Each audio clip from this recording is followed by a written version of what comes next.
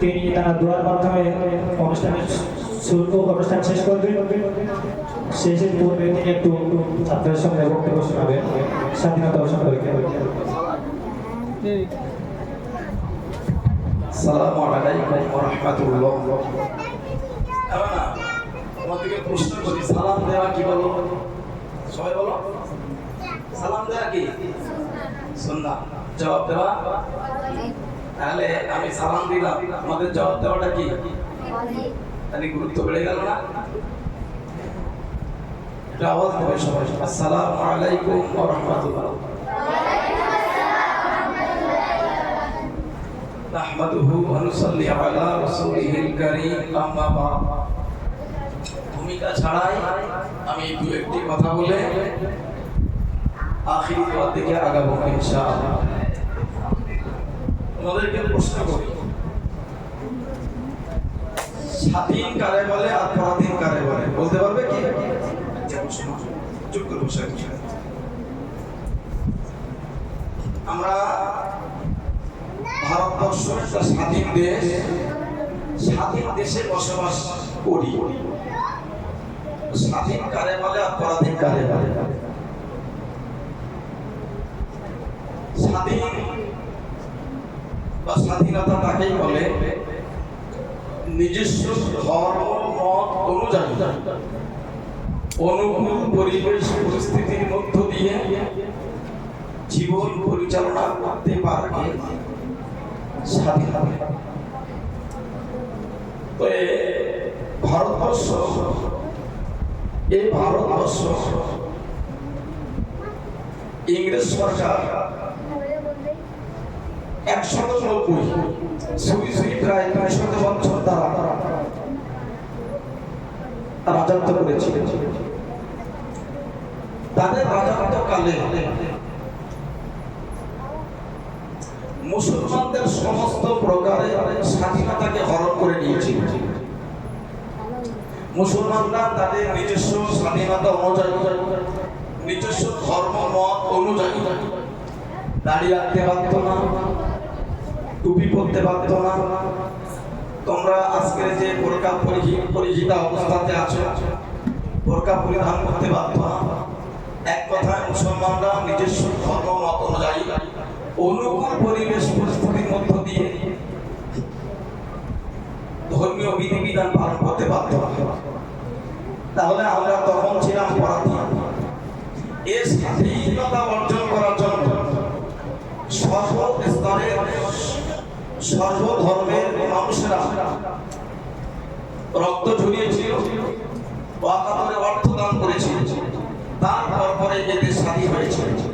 সবচাইতে বেশি রক্ত খরণ করিয়েছিল, অর্থ প্রদান করেছিল আমাদের মুসলিম সমাজ।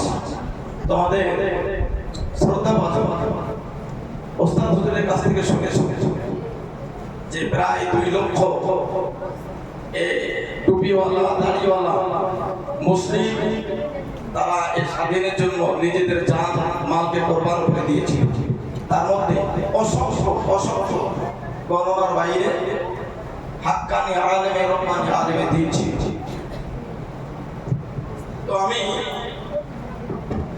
তোমাদের কাছে সেই বিষয়ে যদি আমি আলোকপাত করে আলোচনা করে অনেকটা সময় যাবে। শুধু একটা নাম সমস্যা, স্বাধীনতার পরে ভারতের অনুকূল বিভিন্ন পরিবেশ পরিস্থিতির সময় এই মুসলিম জাতির পাশে দাঁড়িয়েছিল। একটা প্রতিকূল পরিবেশ পরিস্থিতির সম্মুখীন হয়েছিল ভারত। 1962 সালে চীনের সঙ্গে যখন যুদ্ধ হয়েছিল, অত্যন্ত আর্থিক সংকটের ভিতরে ছিল। এই যখন অত্যন্ত আর্থিক সংকটের ভিতরে ছিল, 1962 সালে হায়দ্রাবাদের মীর উসমান আলী খান, কি নাম বললাম মনে রাখবেন? মীর উসমান আলী খান 5000 কেজি সোনা দান করেছিল এই ভারত সরকার। কতটা বললাম? বলো। 5000 কেজি সোনা এই ভারত সরকারকে দান করেছিল চীনের সঙ্গে লড়াই করার জন্য। তাহলে দুঃসময় প্রতিকূল পরিবেশ পরিস্থিতির সময় আমার আমাদেরই মুসলিম, আমাদেরই কওমের একজন ভাই ৫,০০০ কেজি সোনা দিয়ে ভারতের পাশে দাঁড়িয়েছিল। সমস্ত ধর্মের মানুষেরা ব্রিটিশ আমলে ইংরেজ সরকারের রাজত্বকালে তারা অস্বস্তির সম্মুখীন হয়েছিল, তিক্ততা পরিবেশের সম্মুখীন হয়েছিল, বিশেষ করে মুসলিম জাতি। তাদের হাত থেকে পরিত্রাণের জন্য সর্বধর্মের মানুষেরা অর্থ দিয়েছিল, রক্ত দিয়েছিল। কিন্তু এই ভারত স্বাধীনের পিছনে সবচাইতে অবদান ছিল, আমরা বড় বড় ফুলিয়ে বলতে পারি, বড় গর্ব করে বলতে পারি, এই মুসলিম জাতির রক্ত বেশি ঝরেছিল, এই মুসলিম জাতি বেশি বেশি অর্থ ব্যয়িত হয়েছে।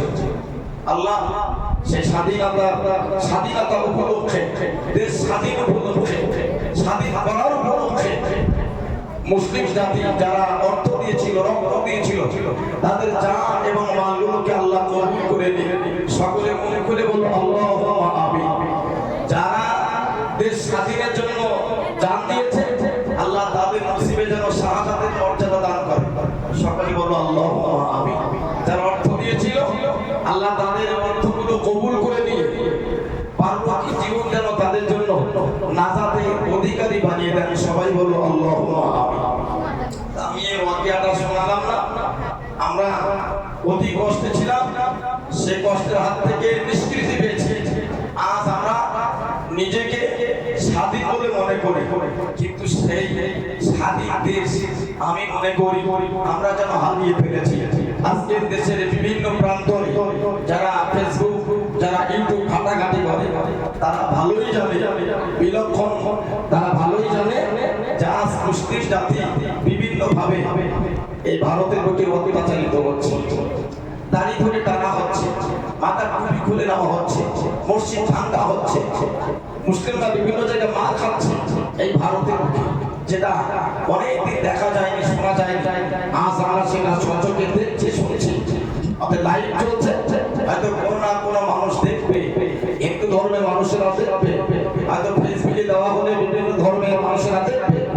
আমি এই লাইভের মাধ্যমে ঐতিহ্যবাহী বড়বাংলা বিদ্যা রহমানিয়া মাদ্রাসা ও দারুল আইতাম বিল বানি ওয়াল বানাত, এই মাদ্রাসা প্রাঙ্গণে আমি মাইকের মাধ্যমে এই অবস্থা পৌঁছে দিতে চাই যে ভারতের মুসলিম জাতি আজকে যে লাঞ্ছিত, অপমানিত, এই প্রতিবন্ধ, অত্যাচারিত হচ্ছে, এই স্বাধীন দেশে এটা মেনে নেওয়া যায় না। সকল ধর্মের মানুষদের কাঁধে কাঁধ মিলিয়ে ঐক্যবদ্ধ হয়ে সম্প্রীতিকে যদি আমরা ফিরিয়ে আনতে চাই, তাহলে যারা অত্যাচার করছে, যারা জালেম, যারা অত্যাচারিত হচ্ছে, যারা মজলুম, সে যে ধর্মেরই মানুষ হোক না কেন, মুসলমান হোক, ইহুদি হোক, নাসারা হোক, খ্রিস্টান হোক, তাদের পাশে আমরা দাঁড়িয়ে ঐক্যবদ্ধভাবে জালেমদের বিপক্ষে, মজলুমদের সহযোগিতার জন্য আমরা আওয়াজ তুলব, আমরা আওয়াজ তুলব। তাহলে পূর্বের ন্যায় ভারতের সমস্ত জাতির মানুষ সম্প্রীতির সঙ্গে কাঁধে কাঁধ মিলিয়ে ঐক্যবদ্ধভাবে বসবাস করবে। এটা শান্তিকামী দেশ, এটা সম্প্রীতির দেশ, এটা ভারতবর্ষ একটা আধ্যাত্মিক দেশ। দিক দিয়ে আল্লাহ যেন আমাদের সকলকে সুমতি দান করে, সুবুঝ দান করে, যে স্তরের মানুষ হোক না কেন আপনারা সর্বসময়ের জন্য অন্যায়ের বিরুদ্ধে ন্যায়ের পক্ষে দাঁড়িয়ে কথা বলবে, আওয়াজ তুলবে। আমি এই আশাবাদী। দোয়া হবে, সবাই একবার সূরা ফাতিহা শরীফ পড়ো, তিনবার ইখলাস শরীফ পড়ো, পাঁচবার দুরূদ শরীফ পড়ো।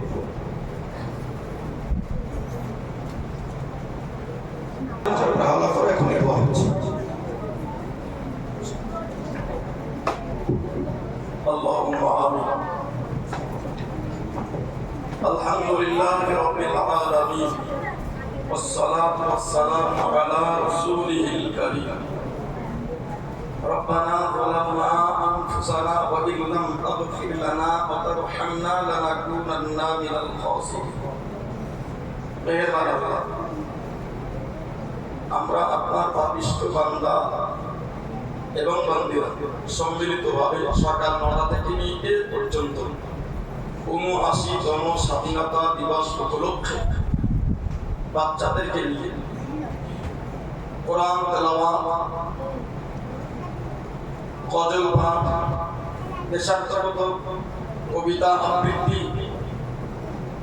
দিন ও শরিয়াতের ভিত্তিতে দেশকে নিয়ে কিছু কথাবার্তা আমাদের সকলের পক্ষ থেকে বলা এবং শোনাতে আপনার শাহী দরবারে মঞ্জুর করে নেন। সবের হাদিয়া কোটি করে বাড়ি সোনার নবীর রওজা পাকে পৌঁছিয়ে দেন। আদি পিতা থেকে নিয়ে শেষ নবী পর্যন্ত তামাম নবী রাসূল আলাইহিস সালাম দিকের পাক পরওয়াতে পৌঁছিয়ে দেন। তামাম নবীদের উম্মতি যারা মাটির নিচে শুয়ে আছে সকলের আওয়াজ পৌঁছিয়ে দেন। তামাম তরিকার পীর মাশায়েখ দিকের আওয়াজ পৌঁছিয়ে দেন।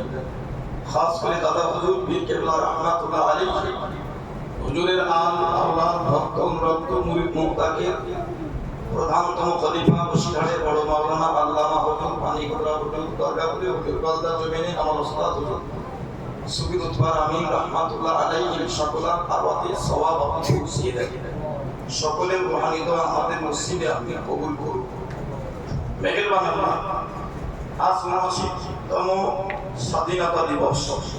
আল্লাহ দেশকে স্বাধীন করার জন্য যে সমস্ত মুসলমান ভাই বাবাজি মা বোনেরা আল্লাহ তাদের রক্ত দিয়েছে, অর্থ দিয়েছে, আল্লাহ যারা জীবন দিয়েছে তাদেরকে শাহাদাতের মর্যাদা দান করুন, কবর জগতে তাদেরকে শান্তিতে রাখুন। আল্লাহ যারা অর্থ দিয়েছে তাদের অর্থগুলোকে আপনি সদকা হিসাবে কবুল করে নেন। কিয়ামতের দিনেতে ওই অর্থ দানের ওসিলায় তাদেরকে নাজাতের জারিয়া বানাবেন। আয় মাওলা মেহেরবান আল্লাহ, আমরা যারা হাতে দিচ্ছি আমাদের প্রত্যেকেরই কোনো না কোনো একটি গ্রামে বাড়ি, প্রত্যেকের গ্রামে কোনে কোনে যত কবরস্থান আছে প্রতিটি কবরস্থানে সাহিত্য প্রতিটি মুর্দাবাসীদের আওয়াজে সওয়াব আপনি পৌঁছিয়ে দেন। এই মাদ্রাসার সঙ্গে সংশ্লিষ্ট তামাম ব্যক্তিবর্গদের আপনজন যারা কবরস্থ হয়েছেন সকলে আওয়াজ পৌঁছিয়ে দেন। তামাম শিক্ষক শিক্ষিকা ছাত্র ছাত্রীদের আপনজন যারা কবরস্থ হয়েছে সকলে আওয়াজ সওয়াব পৌঁছিয়ে দেন। যে সমস্ত এতিম বাচ্চা বাচ্চি আছে ওদের আব্বা আম্মাদের আওয়াজে সওয়াব আপনি পৌঁছিয়ে দেন। খাস করে যে গ্রামের উপরে মাথা উঁচু করে মাদ্রাসা রহমানিয়া ও দারুল আয়তাম লিল বানী ওয়াল বানাত দাঁড়িয়ে রয়েছে, এই গ্রামে চতুর্দিকে প্রতিটি মুর্দাবাসীদের আরওয়াতে সওয়াব আপনি পৌঁছিয়ে দেন। এই মাদ্রাসায় বাচ্চা বাচ্চিদের পড়াশোনার ওসিলা কোরআন তেলাওয়াতের মর্যাদা খাতির তামাম কবরবাসীদের কবরের আযাবকে আপনি মাফ করে দেন। আল্লাহ তামাম মুর্দাবাসীদের তামাম আউলিয়া ইকরামদের তামাম নবী রাসূল আলাইহিস সালাম থেকে রুহানি দোয়া এই মাদ্রাসার জন্য ফাতেহ হিসাবে আপনি কবুল করুন। আপনার খাস রহমতকে মাদ্রাসার জন্য ফাতেহ হিসাবে কবুল করে নেন। আল্লাহ তামাম বাচ্চা বাচ্চিদেরকে এই মাদ্রাসার সঙ্গে সংশ্লিষ্ট ব্যক্তিদেরকে মানব রূপী জিন শয়তানের ওয়াসওয়াসা ধোঁকা প্রতারণা হইতে আপনি হেফাজতে রাখুন। সকলের শরীর মনকে সুস্থ রাখুন, নেক হায়াতে বরকত দান করুন। দাতাদের আয় রুজিতে উন্নতি দরজা আপনি খুলে দেন। বাচ্চা কাচ্চাদের শরীর মনকে সুস্থ রেখে নেক হায়াতে বরকতের মাধ্যমে পড়াশোনার জীবনে আপনি সফলতা কামিয়াব দান করুন। আল্লাহ মেহেরবান, আমি নহন আমার সঙ্গে যারা হাত তুলে আমি করছি, বিশেষ করে শিক্ষক শিক্ষিকাদের হাতের ওসিলা নিষ্পাপ মাসুম বাচ্চা বাচ্চিদের ওসিলা আমাদের জেন্দা আব্বা আম্মাদের ওসিলা আমাদের বিশ্বনবী মুহাম্মদুর রাসূলুল্লাহ সাল্লাল্লাহু আলাইহি ওয়াসাল্লামের ওসিলা আপনার পবিত্র শুরু হচ্ছে সিফাতে জাতের নামের ভিতরে আল্লাহ নামের ওসিলা সমস্ত দোয়া আমার পক্ষ থেকে আমাদের পক্ষ থেকে দেশবাসীর পক্ষ থেকে আপনি কবুল ও মঞ্জুর করে নেন।